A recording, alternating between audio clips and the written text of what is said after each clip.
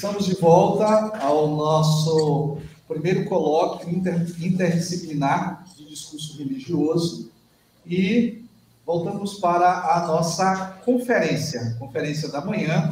E essa conferência de hoje será, ou de agora, desse período, com a professora doutora Paula Monteiro. O título da conferência é Da Liberdade Religiosa ao Pluralismo, a Diversidade como Valor do Ensino Religioso Escolar no Paraná. E nós agradecemos, então, a todos que estão nos assistindo, aos nossos ouvintes aqui presenciais, as pessoas que estão participando.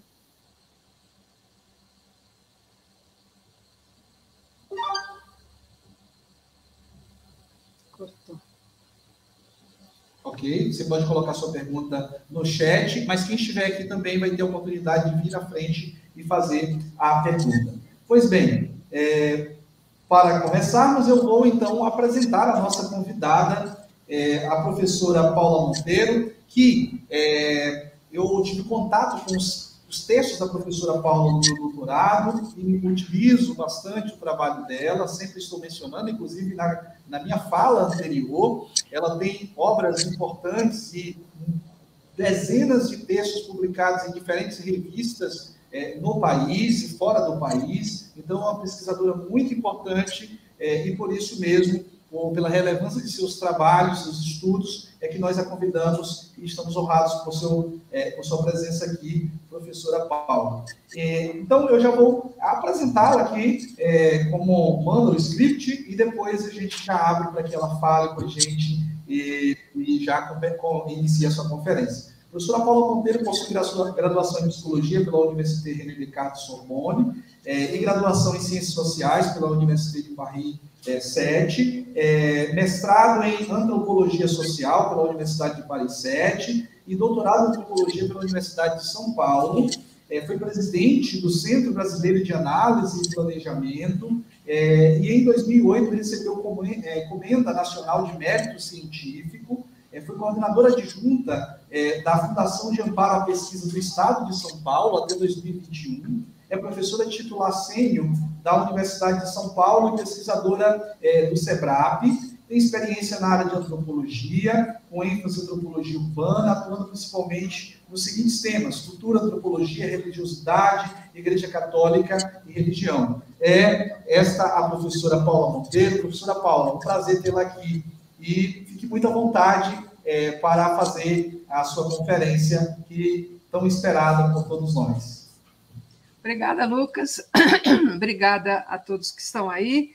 Bom dia a todos e todas. Agradeço suas palavras, Lucas, e agradeço a audiência de Feira de Santana. Eu conheço Salvador, mas não conheço Feira de Santana, então salve a Bahia, né?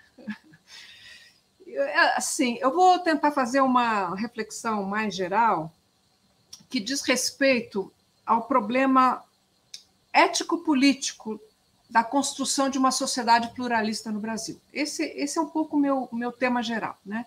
Como é que você constrói no Brasil, a partir da Constituição de 88, uma sociedade pluralista? Como vocês sabem, na exposição de motivos da Constituição e no seu preâmbulo, a Constituição deixou no passado aquele imaginário de uma nação sincrética e idealizou uma nova nação. Imaginou essa nação como igualitária, mas plural, do ponto de vista das religiões, do ponto de vista das culturas e do ponto de vista das raças. Quando o Estado e a nação começaram a tentar colocar em prática essa utopia nas décadas que se seguiram à Constituição, via renovação de novas leis, via políticas públicas, novos, mas também antigos, conflitos começaram a disputar a opinião pública. Nós já havíamos assistido, nas décadas anteriores à Constituição, à politização da esfera íntima, da esfera doméstica, pela via dos debates feministas. E, a partir da Constituição dos anos 80, também ficou patente a desprivatização das religiões, pela via da concorrência entre os cultos e pela ocupação da esfera pública. Assim, a gente pode dizer que um novo problema coletivo se colocou diante de nós. Como organizar a convivência entre moralidades distintas em uma mesma sociedade? Eu vou abordar essa questão tomando como estudo de caso o ensino religioso na escola pública. A gente pode se perguntar por que centrar o foco da nossa reflexão na escola pública. Como todos sabem, a emergência dos regimes republicanos, já na Europa do século XIX, deixou muito clara a importância estratégica da escola pública para a implementação dos projetos políticos de nação. No Brasil não foi diferente. A Constituição Republicana de 1889, sob a influência das correntes positivistas, instituiu a escola pública laica e transferiu a responsabilidade do ensino de religião para as igrejas, exclusivamente para as escolas confessionais. Então, nós começamos com uma república laica.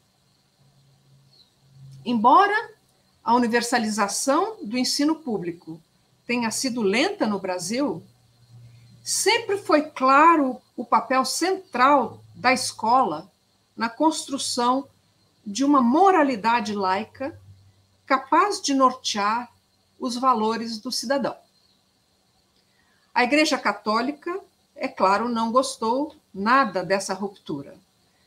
Ela reagiu vigorosamente contra a perda do seu monopólio sobre a educação pública. Em sua crítica ao ensino laico proposto pelo republicanismo, a Igreja Católica, olha que interessante a argumentação, ela argumentou que apenas a religião, mas não a moral científica, poderia ser regra normativa para a educação pública. A gente pode ver, então, que desde o início da sua concepção, a escola pública foi o palco de uma disputa entre duas formas de moralidade. A moralidade fundada no indivíduo obediente às crenças e a moralidade fundada no indivíduo reflexivo, produzido pelo ethos da ciência. Banida pela Constituição de 1889, a instrução religiosa só voltou à escola pública pelas mãos do regime de Vargas em 1931. A partir de então, o ensino religioso foi constitucionalizado como um direito associado à liberdade religiosa. O ensino religioso passou a ser a proteção da liberdade religiosa. Consolida-se, então, o entendimento de que a educação religiosa seria um direito essencial para a formação, e aí eu cito as constituições, a formação espiritual, moral e ética do cidadão. A religião, então, se associou intimamente à ideia de cidadania. Essa formulação, que confere um lugar especial da religião na educação moral e cívica, se repetiu sem nenhuma quase modificação em todas as constituições que se seguiram à Constituição Republicana. E ela sempre foi associada à ideia de que proteger o ensino religioso na escola pública era proteger a liberdade da profissão de uma fé. A Constituição de 1988 introduziu uma grande novidade nessa constelação imaginária dos direitos à liberdade. Ela decidiu, pela conveniência do ensino religioso na escola pública, agora associado a um direito humano fundamental, não mais à liberdade religiosa, mas aos direitos civis em geral. Associou, então, o ensino de religião na escola aos direitos civis, tornando então a noção de liberdade muito mais abrangente. Esse direito foi pensado como conexo ao conjunto de normas relativas à proteção da liberdade, como sempre, mas pela primeira vez essa liberdade não era pensada como confessional. Ela era uma liberdade do indivíduo em geral, e não simplesmente liberdade de fé. A ressignificação do regime do ensino religioso, que não mais designa esse ensino como um modo de transmissão de uma fé ou de uma confissão, mas sim como a aquisição de um direito civil inseparável da personalidade do indivíduo, isso alterou substancialmente o estatuto do ensino religioso e a importância relativa que ele tinha na formação escolar.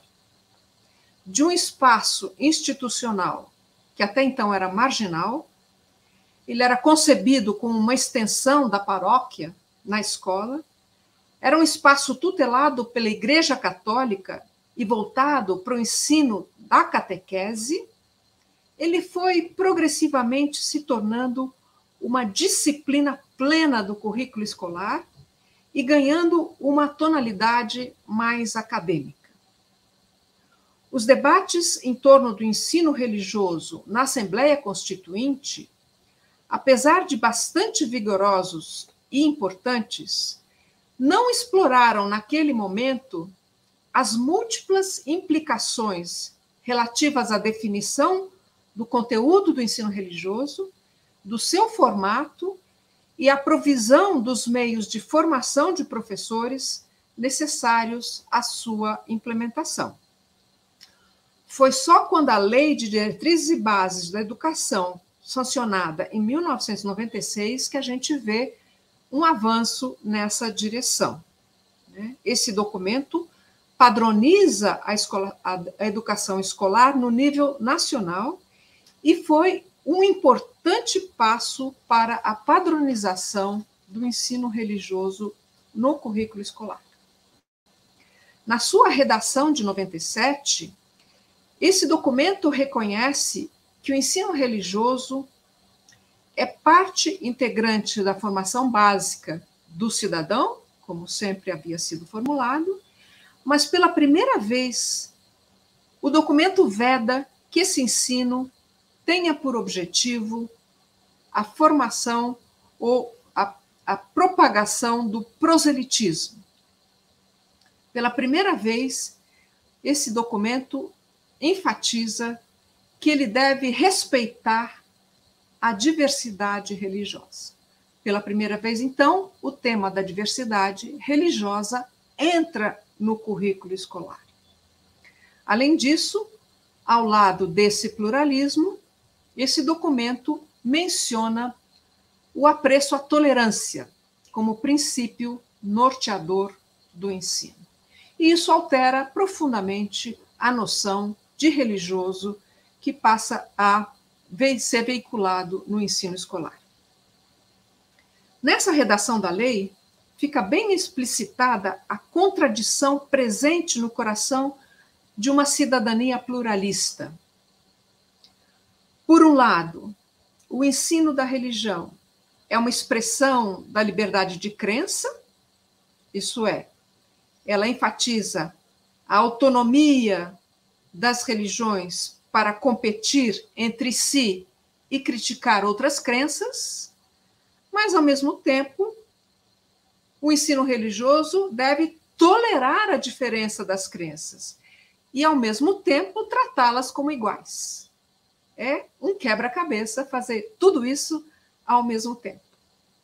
A partir desse contexto que eu explanei rapidamente, eu gostaria agora de passar ao exame da seguinte questão: como os valores de uma democracia pluralista foram produzidos, como eles foram ressignificados e como eles foram incorporados no cotidiano do ensino religioso escolar. Para dar conta dessa questão, eu vou tomar como estudo de caso a experiência do ensino religioso no Paraná, que foi considerada por muitos atores e militantes nesse campo, uma referência de pioneirismo no trato com a diversidade religiosa e de dinamismo na capacitação de professores para essa área. É preciso chamar a atenção para o fato de que a elaboração dos currículos nesse caso, a elaboração dos currículos do ensino religioso foi prerrogativa das secretarias regionais de ensino. E elas foram assessoradas, nesse caso, por associações civis religiosas. Ou, mais precisamente, por ações civis interreligiosas, tais como a Sintec, Fonaperi, etc. Essas associações se incumbiram da tarefa de desenhar o conteúdo curricular dessa matéria e organizar a formação dos professores. Eu não vou tratar aqui da emergência e da formação dessas associações interreligiosas, embora o tema seja muito interessante. Elas começam a aparecer na década de 70 e 80. A história de como essas diferentes entidades religiosas, que são prioritariamente cristãs, mas que incluíam também lideranças muçulmanas e judaicas, essa história é muito interessante. Como elas se formaram e como elas passaram a se colocar o problema das relações entre religiões. Como elas passaram a ter a experiência da convivência de outras religiões. Né? E como isso impactou profundamente o campo religioso. Essa é uma história bem interessante que eu não vou explorar aqui, mas também é uma novidade no campo religioso. Por quê? Porque essa história aponta necessariamente para o que eu chamo de relativização da religião e para banalização das convicções. Isso é, as religiões, na convivência da diversidade, elas precisam abrir mão da reivindicação para si do suposto de que cada uma delas é a religião verdadeira. Elas precisam aceitar o relativismo religioso. Como consequência, esse novo posicionamento afeta os modos de crença, afeta os modos de transmissão das crenças, afeta os regimes de verdade de cada crença e afeta seus processos de regulação institucional. Somente com o suporte de associações dessa natureza foi possível transformar o foco do ensino de religião na escola, que até então dependia da autoridade da Igreja Católica e se constituía em um aprendizado de dogmas e doutrinas, de uma confissão de fé, de um ensino de religião, que agora passou a ser um ensino sobre religião. Essas associações foram importantes porque, enquanto o problema da diversidade racial e da diversidade indígena foi tratada diretamente pelo aparato institucional do Estado, no campo do governo federal, da regulação da educação, o tema do religioso e da sua pluralidade foi deixado para os poderes locais, em parceria com essas associações civis interreligiosas. Nesse sentido, as entidades interreligiosas desempenharam um papel chave na configuração do pluralismo religioso como experiência social e na sua idealização em uma pedagogia que tornasse palpável e persuasivo os valores da diversidade. Nesse processo, o ensino religioso foi perdendo, como eu disse, seu formato proselitista, que visava converter o outro para a verdade de uma fé, e passou a se apresentar no cotidiano escolar enquanto uma área de conhecimento, voltada para o estímulo de uma vivência ética da diversidade como parte do respeito aos direitos humanos. Vou tomar um pouquinho de água. Também colaborou para esse processo de objetivação da diversidade como um valor, um conjunto de leis, como um valor, um conjunto de leis, como a Lei de Diretrizes de Base, que a partir de 97 incorporou o ensino da diversidade religiosa à grade escolar e padronizou o conteúdo disciplinar, proibindo expressamente o modo catequético de ensino. Nesse processo, o conceito que se tinha de religião se deslocou do campo da fé, isso é, da verdade dos fundamentos, para o campo da eticidade, isso é, para a normatividade dos valores que regulam as relações dos homens entre si. E isso alterou profundamente a relação da religião com a verdade e a relação da religião com a validade de suas proposições. Vejamos agora com mais detalhes como esse imaginário sobre a diversidade religiosa e sua validade passaram a operar no ensino escolar. Notaremos que a apresentação das formas religiosas em sala de aula privilegia, por um lado, a dimensão ética dos valores cívicos e, de outro, uma dimensão estética dos ritos, dos objetos religiosos, dos gestos. E essa dimensão ética e performática remetem à sinceridade ou à autenticidade das crenças religiosas no plano da experiência. Mais ou menos esse tema que eu vou tentar explorar um pouco agora. Então, vamos ver agora a diversidade religiosa como um princípio ético.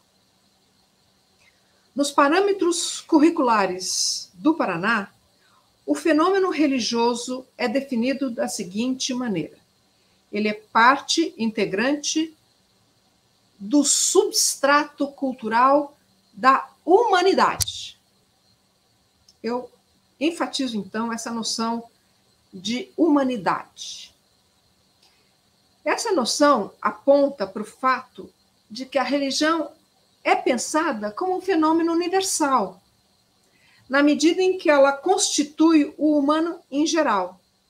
O humano em geral, em sua busca por respostas aos enigmas do mundo, aos enigmas da vida e da morte.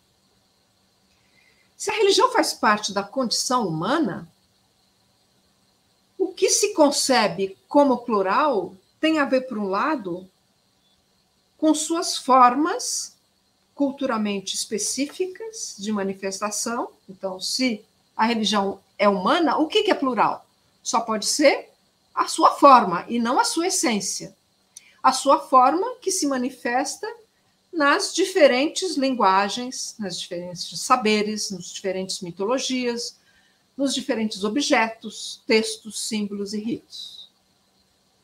E, de outro lado, temos também a pluralidade de crenças, os diferentes modos de conceber as relações com o transcendente, as relações com os mitos, as cosmovisões, as teologias. A gente pode observar que essa formulação exclui do leque da diversidade o não religioso, ou mesmo o antirreligioso, na sua definição da condição humana. Nessa abordagem, ateus, agnósticos, humanistas permanecem fora do leque imaginado da diversidade. Para resolver essa contradição, o texto se propõe a tratar a religião não como crença, mas sim como uma forma de conhecimento. E uma forma de conhecimento a partir de pressupostos éticos e pressupostos científicos. Vemos, então, que para encontrar uma linguagem universal e comum, a partir da qual a diversidade das verdades religiosas e não religiosas pudessem se comunicar, a religião passa a ser tratada como uma ética que regula as relações dos homens entre si e como um objeto de conhecimento acadêmico. Então, vamos tentar desenvolver aqui o seguinte argumento. Embora as crenças doutrinárias sejam tidos pelos formuladores dessa política como direcionadas apenas às condutas, e embora essas crenças tenham sido associadas a códigos éticos e morais, que vão definir o que é certo e errado, o que é proibido, o que é permitido, nos parece ainda que os conteúdos religiosos, as crenças, elas não são, na verdade, tomadas como referências éticas quando se trata de uma educação para a diversidade religiosa. Com efeito, os objetivos éticos a se perseguir pelo ensino religioso não são de natureza religiosa, mas sim de natureza cívica, e dizem respeito à convivência, à tolerância e à inclusão na diversidade religiosa no imaginário da nação.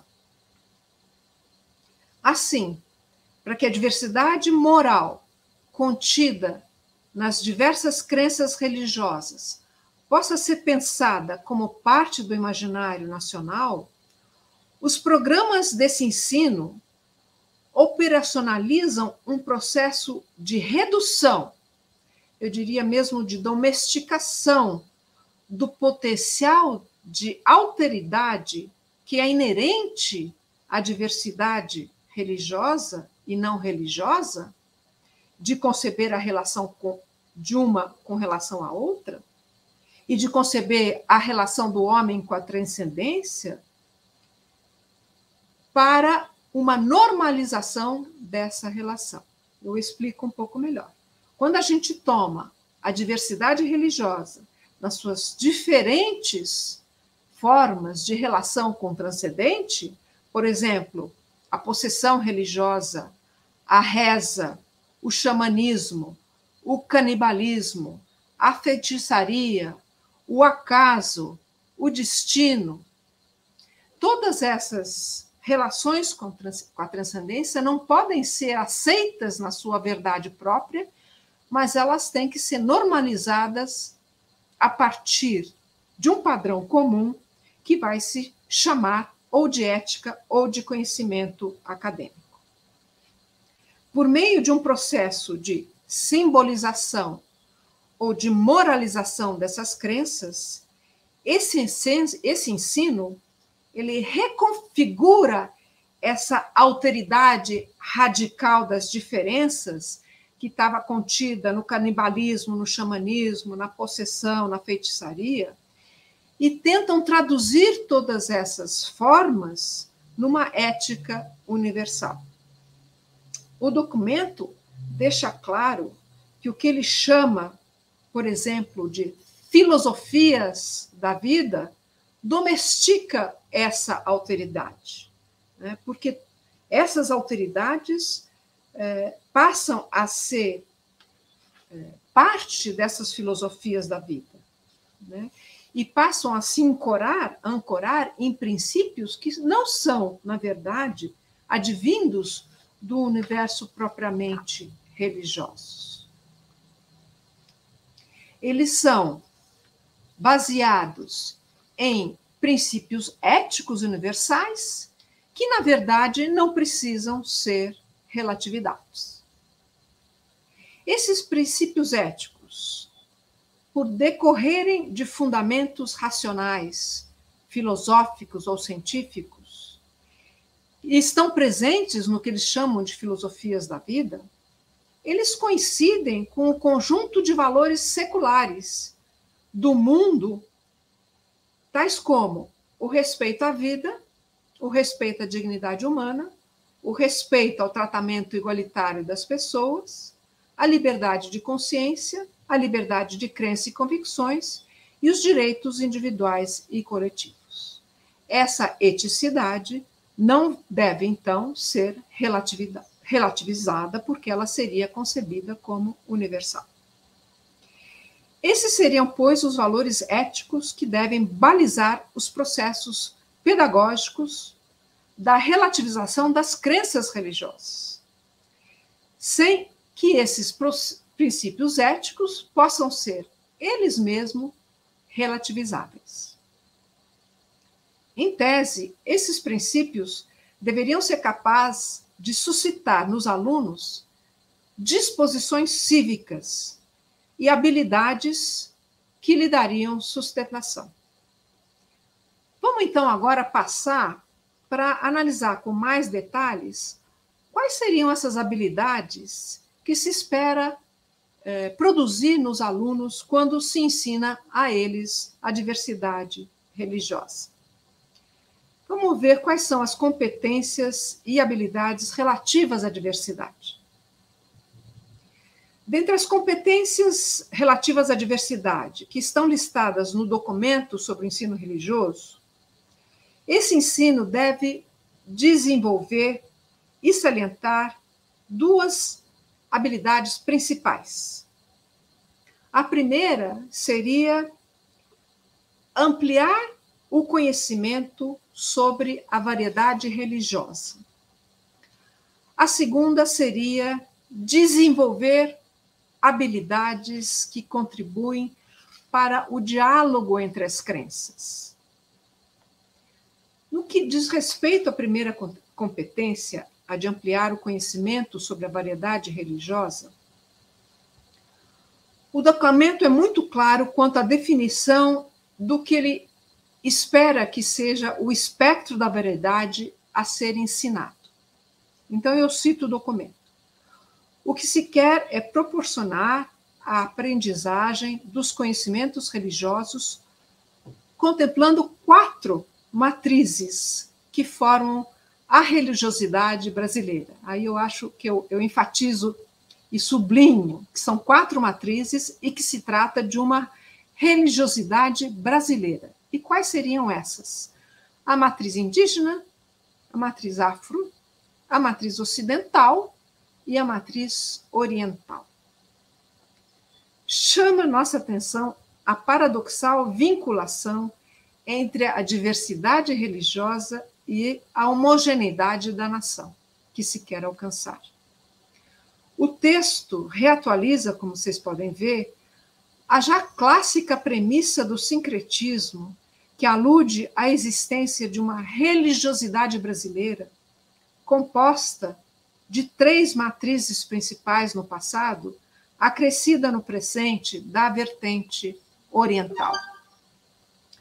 Esse modo de nacionalizar a religiosidade expressa uma maneira historicamente bem conhecida no Brasil de compatibilizar a diversidade religiosa dentro de um enquadramento hierárquico. Embora diversas entre si, todas as religiões são concebidas pelo senso comum do sincretismo como parte hierarquicamente posicionada desse valor coletivo que é a nação. Vemos, pois, que o paradigma pluralista não implica na inteira superação do sincretismo como forma de pensar e produzir um modelo regulador das relações entre as diferenças religiosas. Mas quais seriam os efeitos dessa imaginação da nação? Enumerar 4 matrizes formadoras dessa religiosidade da nação reduz, por um lado, suas múltiplas expressões e diferenças a fontes imaginárias comuns. Em segundo lugar, padroniza os objetos de conhecimento agrupando esses objetos em grandes temas básicos que são comparáveis entre si. Então, as religiões são reduzidas a ideias de ancestralidade, a ideias de reencarnação, a ideias de ressurreição, transmigração e etc. Finalmente, essa perspectiva organiza a descrição das diferenças em termos de práticas ritualísticas, lugares sagrados, crenças e doutrinas, sem mencionar as diferenças hierárquicas que distinguem esses objetos.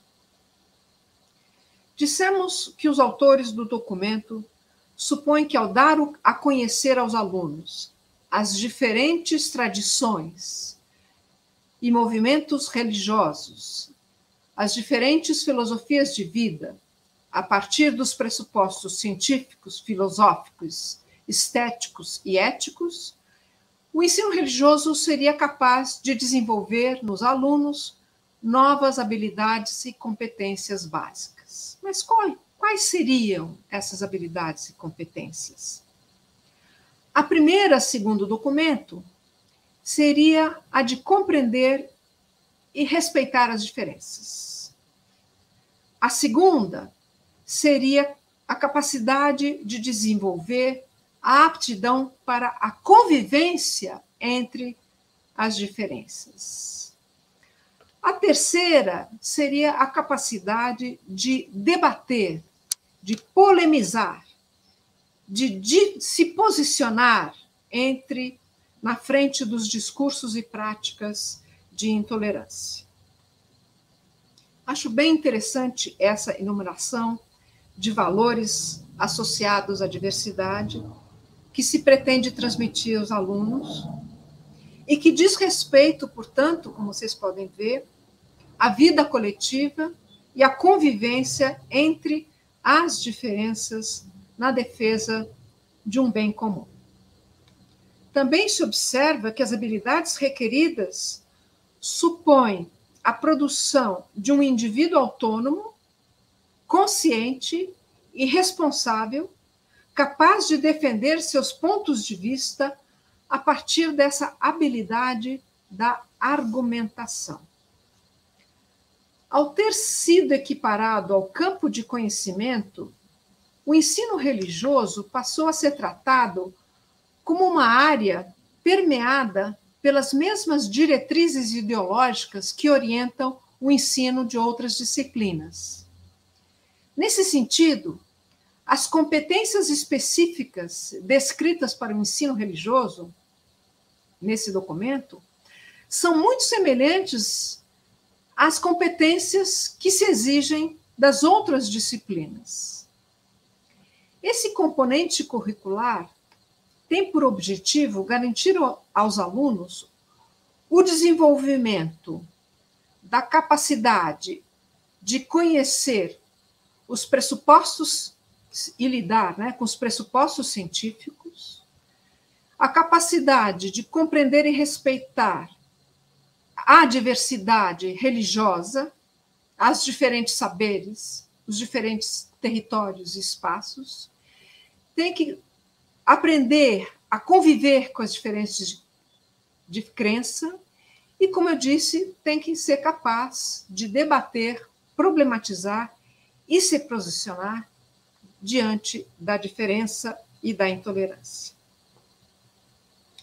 Esses objetivos pedagógicos estão em consonância com as competências e habilidades gerais que se espera desenvolver nos alunos em todas as outras disciplinas, como eu disse. O que me parece um paradoxo é procurar desenvolver essas habilidades a partir dos discursos religiosos. Porque os discursos religiosos lidam essencialmente com proposições relativas à verdade. Para resolver esse paradoxo, se produziu uma mutação no modo de apresentar a religião, que ao adotar um ponto de vista científico ou filosófico, ou mesmo ético, inseriu no aprendizado da religião uma forma que eu chamaria de escolarizada de olhar para as religiões. O que seria essa forma escolarizada? Essa forma implica na produção de o que eu diria de uma cesura, de uma ruptura entre a vivência e prática corporal da religião e as ideias da religião de outro lado. Nesse processo, as ideias religiosas são apresentadas como independentes de um engajamento prático, isso é, como separadas do exercício, do fazer ou do hábitos religioso, como diria Bourdieu, do aprender religioso por meio da incorporação dos movimentos, gestos e sensações. Esse modo de ensino do religioso exercita uma postura cognitivista, reforçada pela apresentação das categorias religiosas enquanto sistema de significados. Trata-se de familiarizar os alunos com a simbologia, a nomenclatura, os conceitos das religiões. Ou, segundo o documento, desenvolver a habilidade de identificar, distinguir e respeitar símbolos religiosos, não pessoas religiosas, no modo como esses símbolos se manifestam nas tradições e nas instituições religiosas. Desse esforço de nomeação e tradução de símbolos religiosos, se espera fazer emergir nos alunos não a adesão a certas verdades religiosas, mas sim uma disposição para o respeito e para a valorização das diferenças, tal como elas se manifestam de maneira performática.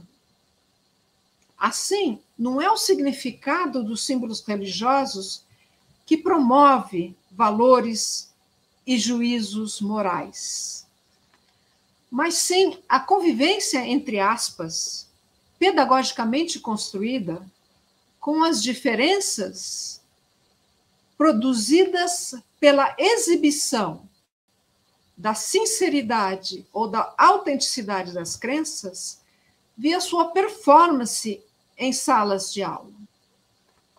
Na verdade, essa pedagogia da diversidade em sala de aula se produz em descontinuidade com a experiência cotidiana da diversidade. É o esforço pedagógico de nomear, assinalar, descrever, comparar e apresentar as 4 matrizes que produzem o efeito imaginário de tornar presente o imaginário, uma vez que esse imaginário não é vivido no cotidiano familiar, ele é vivido, na verdade, não é vivido no cotidiano familiar e religioso, porque cada família tem a sua religião, ele é produzido performaticamente na experiência de sala de aula. Essa prescrição curricular, ela busca modelar uma outra competência escolar considerada importante, a capacidade de debater, de problematizar e de se posicionar. Na verdade, nos surpreende que se espere o aprendizado dessa habilidade, que é, na verdade, uma habilidade inerente ao tipo de reflexibilidade presente na pesquisa acadêmica. E essa habilidade tem por base outras proposições que não as religiosas. Porque, como eu disse, as proposições religiosas têm por base proposições de verdade. E as proposições de verdade tendem a ser absolutistas. Então, soma-se a esse fato, o fato de que o conteúdo que se pretende transmitir no ensino religioso, que são narrativas míticas, descrições de ritos, de lugares sagrados, explicação dos sentidos dos símbolos, essas descrições não é matéria que enseje um tipo de tratamento reflexivo. A disciplina trabalha com o suposto de que as religiões em suas diversidades de valores, podem contribuir positivamente para resolver problemas que interessam a coletividade, a sociedade como um todo. De maneira mais específica, se presume que as diferentes visões de mundo embutidas nas religiões podem, em diálogo, produzir posicionamentos comuns a respeito da melhor solução para um problema coletivo. A encenação em sala de aula de pessoas religiosas razoáveis ou bem informadas, exercitando seus argumentos em uma arena pública, prevê que apenas a contraposição de valores religiosamente fundados seriam suficiente para obter o consenso. Mas não é. Essa postulação, evidentemente, não se sustenta. O esforço para desenvolver a habilidade do debate, do posicionamento entre os alunos, parece ecoar de maneira talvez mais performática do que substantiva, um modelo deliberativo de democracia no qual as decisões devem ser justificadas a partir de razões convincentes. E o que se pretende é, aparentemente, reduzir as diferentes visões de mundo religiosas em confronto na solução de um problema coletivo ao parâmetro da razoabilidade das convicções religiosas. Isto é, procura-se aceitar a contribuição dos argumentos religiosos apenas na medida em que esses argumentos respeitem os direitos humanos, respeitem os princípios de justiça, respeitem a dignidade humana, enfim, quando a essência dos valores religiosos, os seus fundamentos, respeitem a agenda dos valores consensualmente democráticos.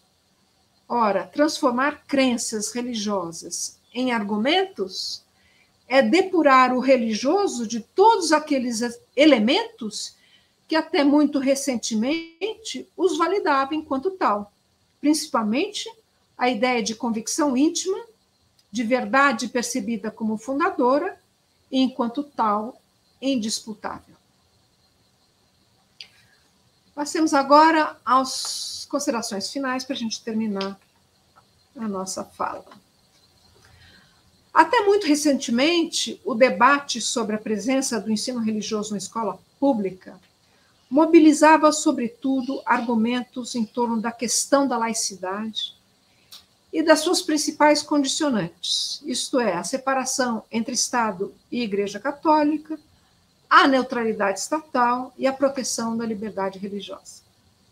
Mas a partir da década de 90, com a progressiva integração do ensino religioso à grade escolar, os protocolos e as diretrizes oficiais que passaram a orientar as políticas do ensino religioso nas décadas subsequentes, os termos do debate da relação entre ensino religioso e ensino escolar se modificaram. O reconhecimento da presença da pluralidade religiosa no ensino escolar deslocou progressivamente a disputa das questões em torno da liberdade, que seria garantida por meio do caráter opcional desse ensino, para os dilemas colocados pelo próprio ensino da diversidade. As condicionalidades anteriores que serviam de justificativa para a proteção da laicidade, isto é, a liberdade de escolha do aluno e a oferta do ensino religioso condizente às crenças de cada um, essas condicionalidades se tornaram pouco operacionais no cotidiano escolar, perderam credibilidade, e perderam credibilidade até mesmo para as associações interreligiosas que estavam encarregadas de colaborar com a definição do conteúdo desse ensino. Nesse processo, a questão do ensino da diversidade religiosa toma o lugar do ensino propriamente de religião como objeto privilegiado do currículo. Mas a educação para a diversidade, ao introduzir uma abordagem que relativiza as crenças religiosas individuais, faz emergir uma nova tensão, a da relativização dos códigos de validação da verdade. Para contornar essa tensão, os valores éticos relativos ao bem comum foram separados das ideias religiosas que eram ensinadas como próprias a cada símbolo, a cada sistema religioso simbólico. Ao universalizar uma ideia de fenômeno religioso subsumida à ética dos direitos humanos, esperava-se, com esse método, fazer florescer nos alunos uma disposição cidadã voltada para a convivência estética com as diferenças, uma vez que as religiões deveriam ser percebidas como distintas em suas formas de aparecer, em suas formas de se expressar, mas iguais em seu valor. Nota-se nesse movimento a noção de religião, definida no debate anterior como fé pessoal, cuja liberdade era preciso proteger, se desloca para uma apresentação da religião não mais como uma convicção interior, mas sim como uma identidade coletiva ou uma tradição, as 4 matrizes formadoras da nação, que elas são encenadas na escola como modos de fazer. Esse deslocamento acrescenta uma nova tensão ao ensino da diversidade. Ao produzir uma intersecção entre diversidade religiosa e diversidade racial, coloca o desafio para o trato igualitário das distintas práticas das 4 tradições religiosas integrantes da nação, que historicamente sempre foram desigualmente percebidas. As políticas públicas diferencialistas, na sua implementação no ensino escolar, tomaram o caminho da etnicização e da publicização do religioso. Ainda assim, não abriram mão da igualdade como estratégia de promoção da tolerância e integração das minorias. Nesse sentido, o que o ensino religioso pretende não é tanto garantir os valores da liberdade de consciência, mas, sobretudo, mediar a competição entre as identidades religiosas, promovendo a naturalização das diferenças etno-religiosas por meio de suas performatizações em sala de aula. A racialização do ensino é percebido como um antídoto contra a cidadania hierarquizada. Ao dar a conhecer o caráter moral desses coletivos religiosos e promover o respeito igual, se pretende que o princípio da igualdade constitua um caminho para lidar com os conflitos que decorrem das visões éticas diferentes da boa vida. Essa abordagem do ensino religioso reconhece que todas as religiões são igualmente fontes de valor coletivo e admite que elas colaboram do mesmo modo para a construção da esfera pública política e por imaginário da nação. Mas, ao fazê-lo, essa perspectiva faz emergir novas maneiras de imaginar a religião. O ensino religioso deixou de ser o ensino de religião e de seus preceitos doutrinários e morais para se tornar o lugar do exercício das competências para o convívio com a diversidade.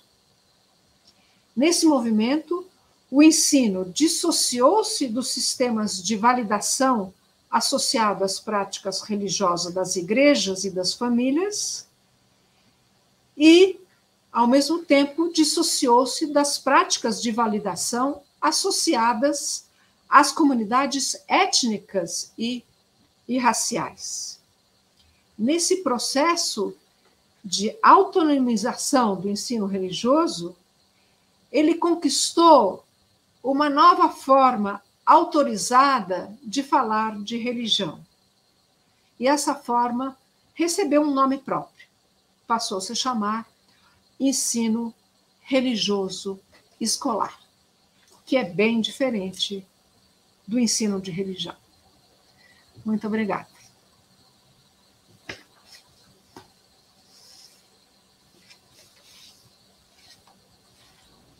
Muitíssimo obrigado, professora Paula Monteiro, sua palestra, sua conferência que nos traz elementos muito importantes e fundamentais para pensarmos a religião em democracia, né, no contexto da democracia, e voltaria a essa conferência depois para reassisti-la, porque realmente são muitos elementos importantes. Então, muito obrigado pela sua conferência, que realmente foi maravilhosa e traz elementos que nos deixam a pensar. E justamente para pensarmos agora de maneira um pouco mais dialogal, eu convido a quem tiver perguntas e que estiver em casa, pode escrevê-las aí no comentário do YouTube. Então, é importante que façam, vamos interagir. Quem estiver aqui também, eu gostaria que viesse já à frente para fazer sua pergunta. Então, eu motivo vocês a perguntarem, porque esse espaço é justamente agora para que a gente faça isso. Mas eu começo com uma questão, né? Eu acho que a professora Paula é uma professora que trabalha com a noção de controvérsia, né, ou controvérsias públicas, e me chamou bastante atenção, né, essa controvérsia logo ali no início de sua fala a respeito dessa convivência de distintas moralidades, ou a relação de distintas moralidades ali, justo na formação do que hoje se tem como a disciplina, né, de religião, de ensino religioso. Mas minha pergunta vai justamente no sentido dos limites do pluralismo, e esses limites do pluralismo, porque em sua fala foi colocado justo que, embora você tenha um elemento, né, pluralista ali, mas não foi o suficiente para poder ir além de uma visão, de um sincretismo, que já é algo muito próprio, diria assim, das formas de pensar a cultura, formas de pensar a religião na história do país. E talvez a gente possa falar, ir um pouco mais além, né, para além da questão do sincretismo.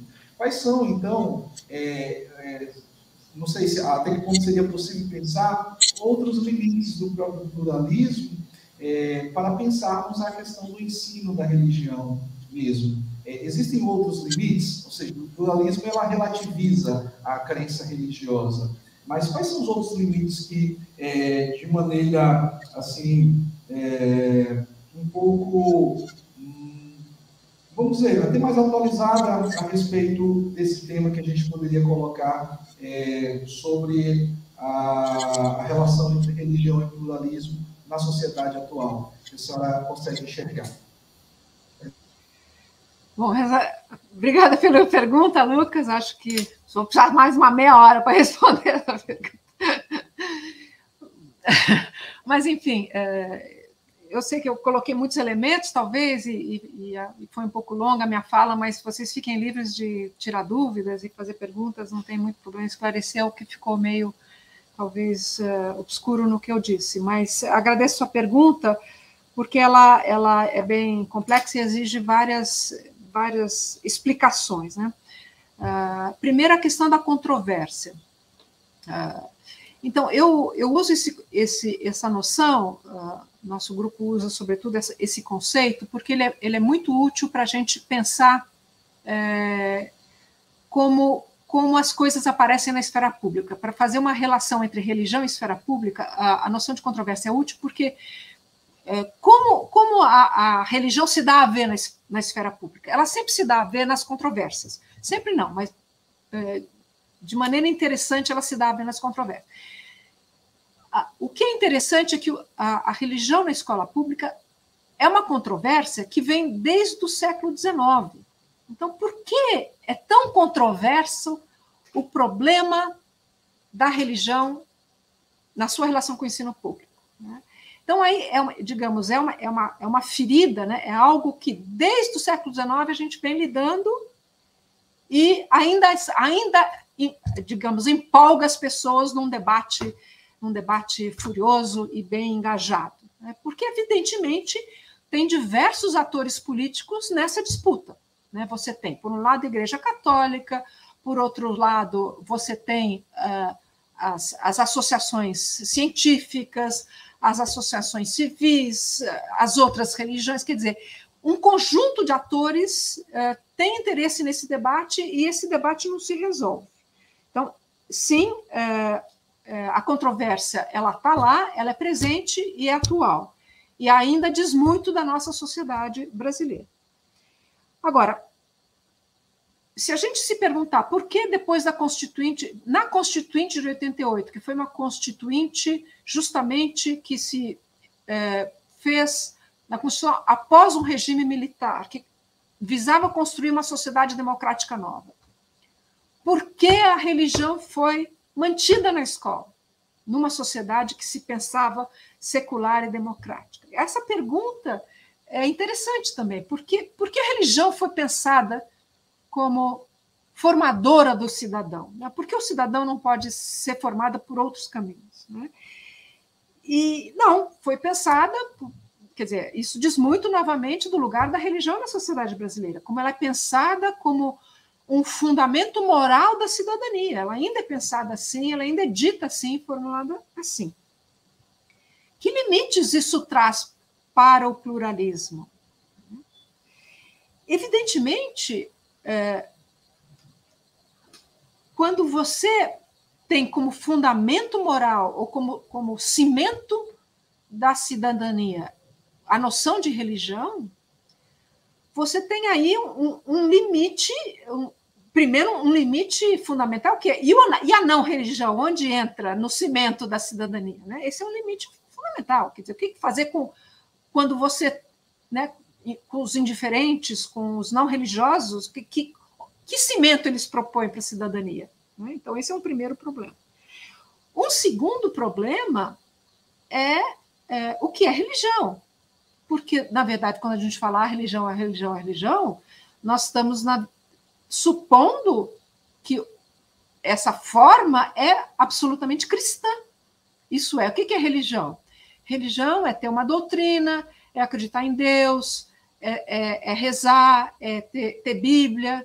Mas esse é um formato derivado do cristianismo. Né? Então, quer dizer, eu diria, as outras religiões não são religiões propriamente nesse sentido. Então, como é que a gente vai fazer um pluralismo religioso quando você tem coisas que são religião e coisas que não são religião? Então, isso também é um outro limite importante. Né? E, finalmente, o próprio pluralismo precisa ser construído. O que é o pluralismo? Ele não é autoevidente, ele precisa ser inventado, definido e construído na sociedade brasileira. Excelente, eu acho que são muitas questões, e sobretudo essa, né, de que como é que você vai colocar a questão da religião, como alguns grupos não se veem enquanto religião, até porque a própria definição desses grupos são, enquanto religião, foram feitos a partir de uma hegemonia cristã, né, católica, que a gente sabe como é que aconteceu. Muito, muito bom mesmo. Nós temos algumas outras perguntas aqui. Eu vou fazer agora uma pergunta do chat e depois, quem tiver pergunta aqui, vai se dirigir aqui à frente e vai fazer a sua pergunta. Lucas Vinícius Miranda faz a seguinte coloca a seguinte questão: como fica o ensino religioso nas escolas confessionais diante da realidade da diversidade religiosa do Brasil? Eu posso, talvez, até... vamos uma de cada vez. Obrigada, Lucas, pela sua pergunta. Bom, como você bem deve saber, esse é outra controvérsia legal muito quente, né? Ela foi discutida em ações no Supremo, depois do Acordo do Vaticano, essa questão voltou, ela parecia pacificada na Lei de Diretrizes e Base, mas não foi. Então, ela ainda é essa definição do que é um ensino religioso confessional. Você está perguntando o ensino nas escolas confessionais, né? Mas eu estou falando aqui do ensino religioso confessional nas escolas, que foi desse debate que eu estou falando. Então, talvez eu vou desdobrar a sua pergunta em duas. No caso das escolas confessionais, não tem muito problema, porque as escolas confessionais, elas têm autonomia para fazer o que quiserem. O problema se coloca quando você está falando de escola pública, porque a escola pública ela é a arena do Estado laico. A escola pública ela é o instrumento da formação do cidadão brasileiro. A escola confessional não precisa fazer isso.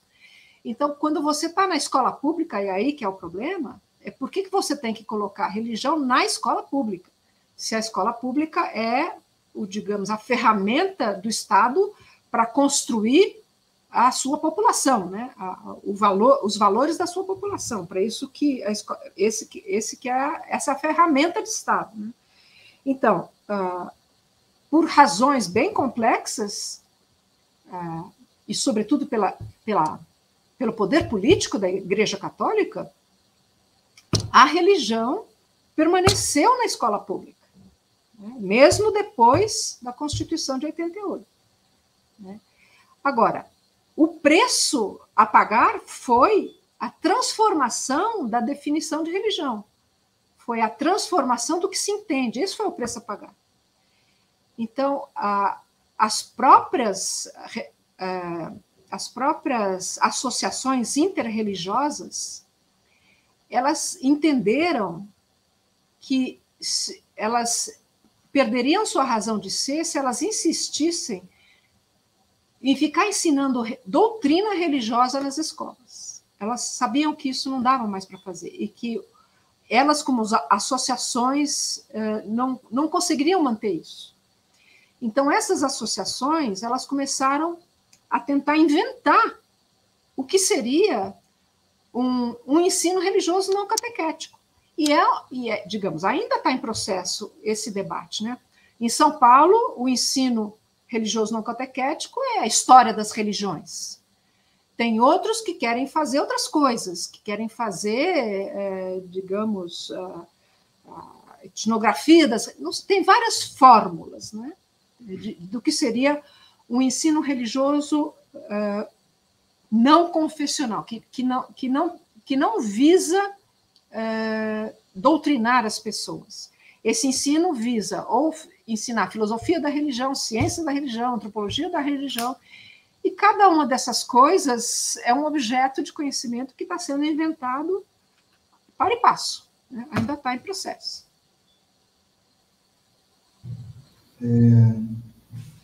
Temos outras perguntas aqui. Agora eu vou abrir aqui para perguntas da plateia que está aqui conosco. Então, tem alguém ali que quer perguntar?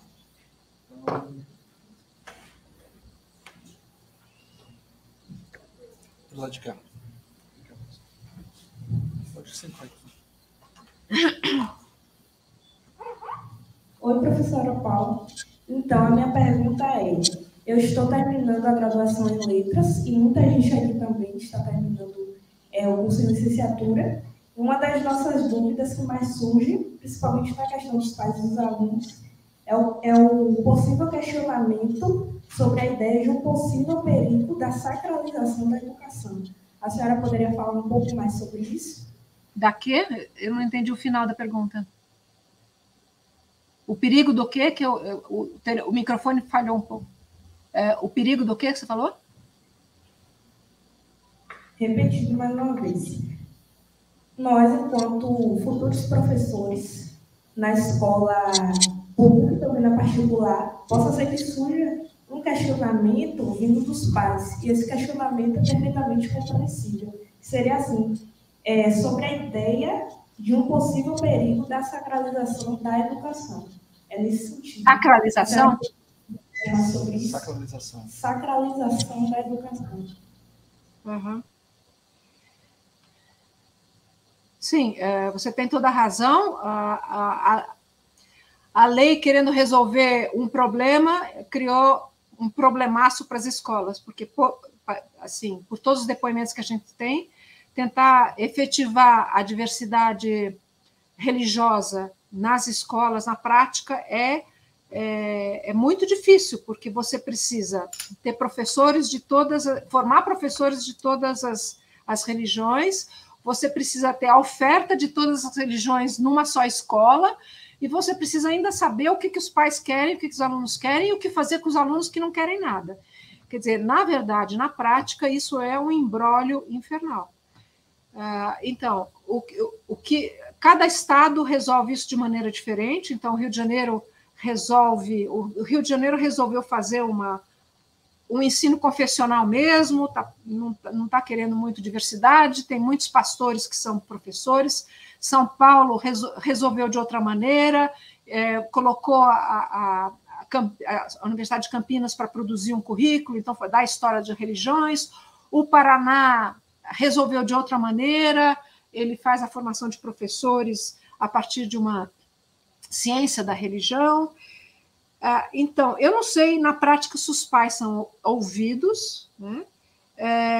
Mas muitas vezes não, né? A escola faz o que pode e dá o que ela tem para dar, né? Em geral, é um professor que dá alguma coisa relativa ao conteúdo doutrinal de várias religiões, aos símbolos e às práticas de várias religiões, mas assim, talvez não o Rio de Janeiro, a dessacralização da religião é evidente. Não tem como a religião permanecer na escola nesse estilo, permanecendo sacral. O que acontece na escola é uma dessacralização da religião, sim, né? E que os pais esperem que não seja, eu acho difícil, porque não há como dar conta da compatibilização desse ensino com o princípio da diversidade sem dessacralizar a religião. Não há como fazer.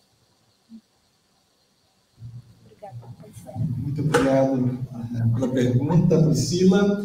Agora nós temos uma outra pergunta aqui, que vem lá do YouTube, Vladimir Júnior, e ele pergunta: professora, em um aspecto mais prático, deve haver interferência estatal no ensino da religião na esfera pública? Há um limite dos órgãos reguladores na fiscalização desse ensino? Obrigado, Vladimir, pela pergunta. É super importante isso e é uma coisa cada vez mais problemática, né? Então, veja que paradoxo que nós estamos. Nós construímos constituições desde o século XIX cujo centro é a noção de liberdade religiosa. A liberdade religiosa significa Estado neutro e não interferência estatal. As religiões são livres para se organizar e para fazer seus cultos. Mas, com esse deslocamento da religião para a esfera pública, quer dizer, tudo bem quando a religião está em casa e na igreja, mas quando a religião está na esfera pública, por um lado, e não quando quando as religiões estão na esfera pública, não há como não ter interferência estatal. Porque aí as religiões eles estão falando de interesses coletivos, de interesses públicos. Então, na verdade, a disputa para a ocupação do espaço público entre as religiões, entre católicos, evangélicos e outros, sobretudo entre católicos e evangélicos, têm cada vez mais solicitado a interferência do poder público para mediar essas brigas. Então, sim, não só a interferência estatal tem que existir, como ela está sendo chamada a existir. Então, por exemplo, quando nós vemos os evangélicos atacando as religiões afro e dizendo que aquilo não é religião e invadindo o terreiro, o poder estatal tem que intervir para proteger a diversidade religiosa. Quando as escolas começam a fazer proselitismo religioso e, por exemplo, quando os professores começam a falar da história das religiões africanas e os pais acham que aquilo é do demônio e querem que o professor pare de falar, o Estado tem que intervir para restituir o direito à diversidade. Então, sim, a diversidade significa cada vez mais litigância, e a litigância significa cada vez mais regulação do Estado, não tem outro jeito. Muito obrigado, Vladimar, pela pergunta.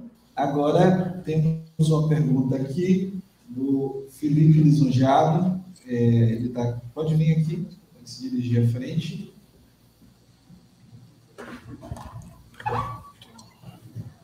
Bom dia, Pro. Quando estava em feira, a gente vai ali comer uma maniçoba, viu? O povo não falou para a senhora da maniçoba, mas eu falo. Ótimo.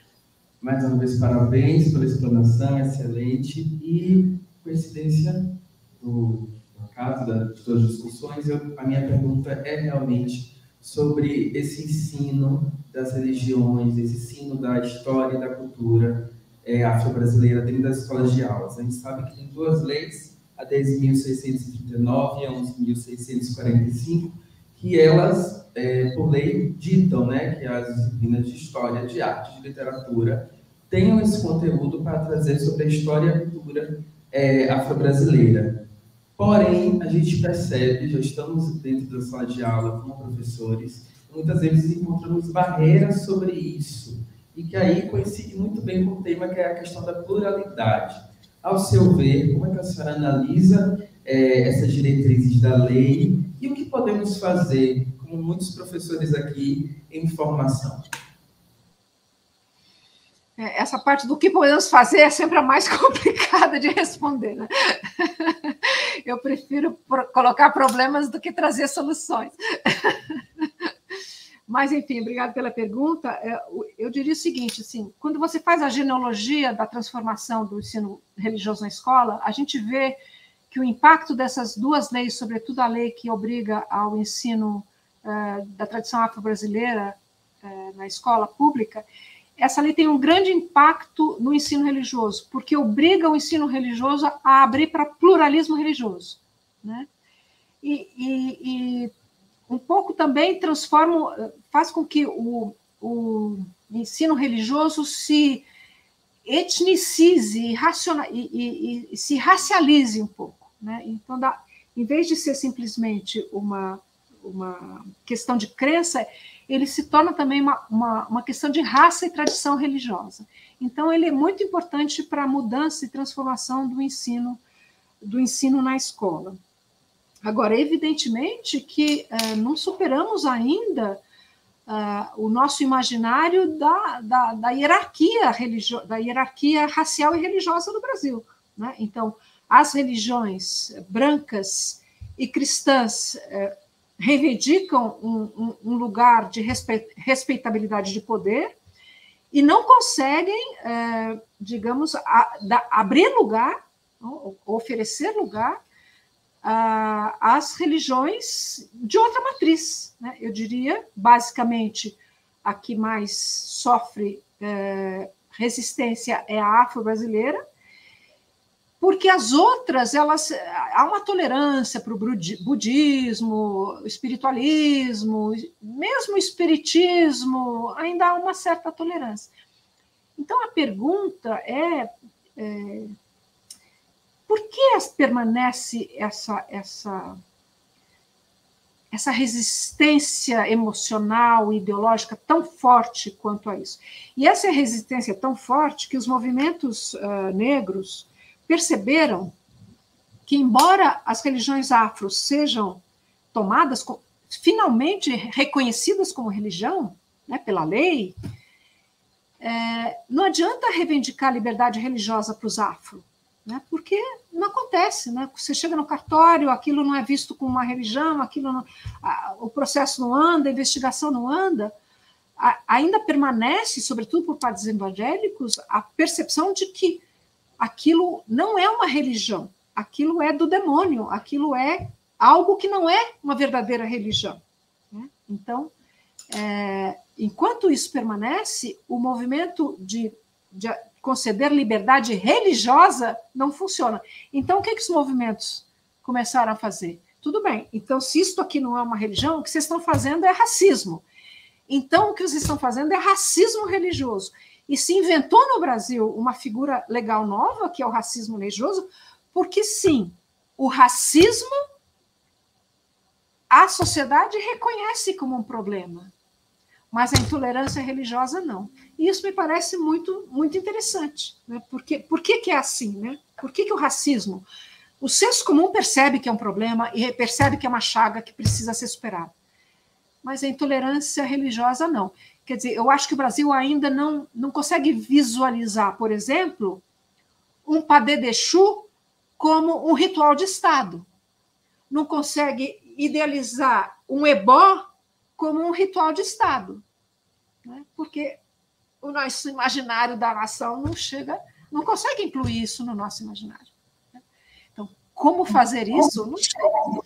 O carnaval está conseguindo, mas é carnaval. O Exu foi, né, a ala de frente que venceu o carnaval deste ano. Mas é carnaval. Obrigado. Muito obrigado, Felipe, pela sua pergunta. Vamos agora, eu vou, na verdade, fazer uma última pergunta. Eu acho que tem mais alguém que quer fazer pergunta aqui na plateia. Eu vou fazer uma última pergunta, até por conta do nosso tempo também. Na verdade, eu acho que um comentário, e aí, a partir disso, uma pergunta. Eu poderia ter pegado, a partir dessa última fala, fui convidado a falar uma entrevista para um jornal de outro país, a gente está ali programando os detalhes, mas era justamente o interesse a respeito disso, né, da presença de muitos políticos religiosos, o aumento, inclusive, desses políticos religiosos no pleito eleitoral deste ano, mas chama a atenção o aumento também de políticos ligados à religião afro-brasileira, né? Então, é interessante como é que esses grupos têm tido interesse e me parece que é justamente no sentido de, olha, o que até aqui se vê é que o que a gente tem não é ainda suficiente, embora você tenha lá a possibilidade de criminalizar a intolerância e etc., mas na prática isso não é assim. E talvez precisemos de mais políticas públicas que possam ir no sentido de também da educação. E aí eu entro e volto para a sua colocação a respeito da vivência da performance religiosa em sala de aula, que torna possível, né, um debate, debater, problematizar a própria religião, colocando isso de uma maneira didática e etc. E a minha questão é, como é que a gente pode trazer, então, desse aprendizado e dessa prática de sala de aula, né, de sala de aula do ensino religioso, pelo menos no sentido em que ele se idealiza, para justamente podermos pensar o próprio estado atual do Brasil, dos conflitos em torno de temas que envolvam a religião, para o convívio na diferença. Então, ora, se tem certas competências que precisam ser adquiridas no ensino religioso, Então, como é que nós podemos fazer isso? E, sobretudo, agora, a gente pensar numa sociedade, eu digo, uma sociedade civil, em que a boa parte dessas pessoas já não mais passam pela escola, já passaram pela escola e não tiveram a oportunidade desse ensino religioso. E mesmo aqueles que têm, muitos deles talvez não tenham nos moldes, vamos dizer, de trabalhar com essas competências, porque não tem um professor qualificado para tanto. Ou seja, como é que o ensino religioso, como foi colocado, pode ser um modelo para, atualmente, nós podermos promover uma educação para a diversidade religiosa em nossa sociedade? Eu acho que a minha pergunta é essa, e ainda, claro, está em formulação, mas eu espero que dê para entender o que eu quero dizer e provocar aqui. Então, eu inverteria um pouco sua pergunta, Lucas. Eu acho que a experiência do Paraná, ela é uma experiência que sequer um modelo, ela se apresenta como um modelo e ela é reconhecida como um modelo. Por vários ativistas, por vários setores, eles percebem que, quer dizer, sobretudo no momento atual, em que é muito difícil falar de diferença de gênero, sobretudo, né? Eles consideram que o ensino religioso é uma fronteira, uma barricada, onde se pode falar com a diversidade, com proteção, porque você está falando de religião. Então, como religião ainda é algo sagrado, você pode ensinar a diversidade e não ser, digamos, criticado pela horda de pessoas que detestam a diversidade. Só que a minha pergunta é: será que a religião precisa estar na escola? Quer dizer, por que ela está? Ela está por uma contingência histórica e por uma contingência da sociedade brasileira. Agora, eu não sei se o lugar da religião é na escola. Tudo bem, o preço que ela pagou para estar na escola é a sua transformação em outra coisa, é uma dessacralização. Ok, mas quem é que produz esse desenho? Está nas mãos de quem produzir esse desenho, esse conteúdo? Na mão de associações religiosas ou interreligiosas. Não está na mão dos professores da PUC ou dos professores de antropologia. Está na mão, esse modelo, pelo menos no Paraná, está na mão de pessoas, sim, que passaram pela universidade, que têm mestrado, doutorado, que têm uma visão acadêmica, mas que têm uma militância de ativistas interreligiosos. Quer dizer, isso eles estão posicionados e têm um interesse próprio. Né? Então, não dá para desvincular o que esse ensino religioso é dos agentes que o produzem e dos interesses dos agentes que o produzem. Então, ele em si mesmo nunca vai ser um modelo de nada. Muito bom, muito boa essa observação, né? Porque eu acho que a gente contextualiza, trazendo a partir desses sujeitos que estão lá produzindo, né? E, efetivamente, me parece que nós que trabalhamos, né? Você trabalha com o conceito de controvérsia, eu trabalho com o conceito de polêmica, e estão próximos em algum sentido, nós efetivamente precisamos de uma educação para a divergência no espaço público, e sobretudo para a divergência religiosa. E quando a gente vê o espaço público ocupado hoje por sujeitos religiosos que não têm mínima noção de uma educação para a divergência religiosa, muito embora eu observei nas minhas pesquisas que os religiosos no espaço público, sobretudo no espaço político, mudaram a sua linguagem para se adequar a essa linguagem pública.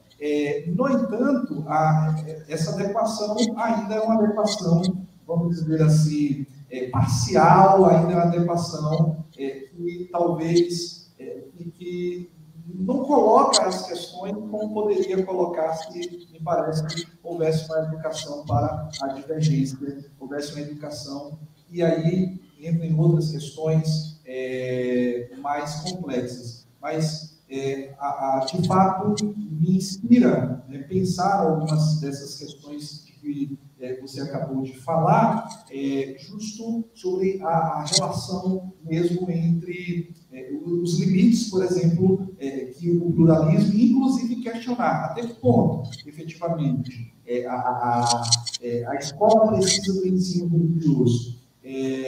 Me parece muito interessante, porque talvez a gente não pudesse falar de escola em geral, mas da escola brasileira como isso do Brasil, talvez a escola na França talvez não precise, não sei, na Europa talvez não precise, mas no contexto brasileiro, será que precisa? Né? Eu acho que essa é uma questão. Será que nós, efetivamente, tendo professores qualificados, será que a gente não teria uma discussão mais qualificada no espaço público, sabendo como as pessoas e as crianças aprendendo a respeitar a diversidade? Eu acho que essa é uma questão que, na sua palestra, instiga pensarmos nesse sentido. Então, eu te agradeço profundamente pela oportunidade de tê-la conosco aqui na nossa Universidade Estadual de Feira de Santana, remotamente, no nosso programa de pós-graduação em estudos linguísticos, que esse grupo também faz parte, a gente faz parte do programa de estudos linguísticos desta universidade, e eu abro agora para as suas considerações finais desse momento, para que a gente se despeça, porque daqui a pouquinho, às 13h30, nós teremos ainda a nossa mesa, eu falo já o título da mesa, e a gente se despede também da professora Paula Monteiro. Muito obrigado. Com a palavra, professora Paula.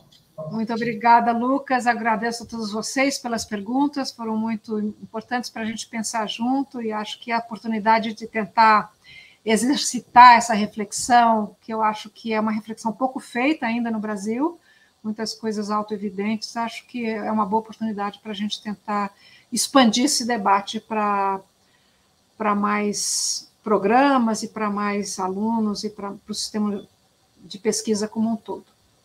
E depois, é claro, debate público nas suas entrevistas. Então, agradeço muito, Lucas, pelo convite. Obrigado, professora Paula. Nós agradecemos e esperamos recebê-las aqui, recebê-la outras vezes, porque o seu trabalho é importante para nós. E às 13h30 vai estar aí no chat, o link da mesa já está no chat aí da próxima mesa, curso religioso no espaço público, a política e outros sentidos. Nós receberemos o professor Dr. Rodrigo Caldeira, da PUC de Minas, coordenador do Programa de Ciências da Religião da PUC de Minas. Ele vai falar sobre catolicismo e direita política, facetas históricas. E o Dr. Carlos Alberto Batista, do ITB-FIEB de São Paulo, o discurso religioso e a legitimação da violência. Então, bom almoço a todos e a todas. Muito obrigado. Um abraço, professora Paula Monteiro.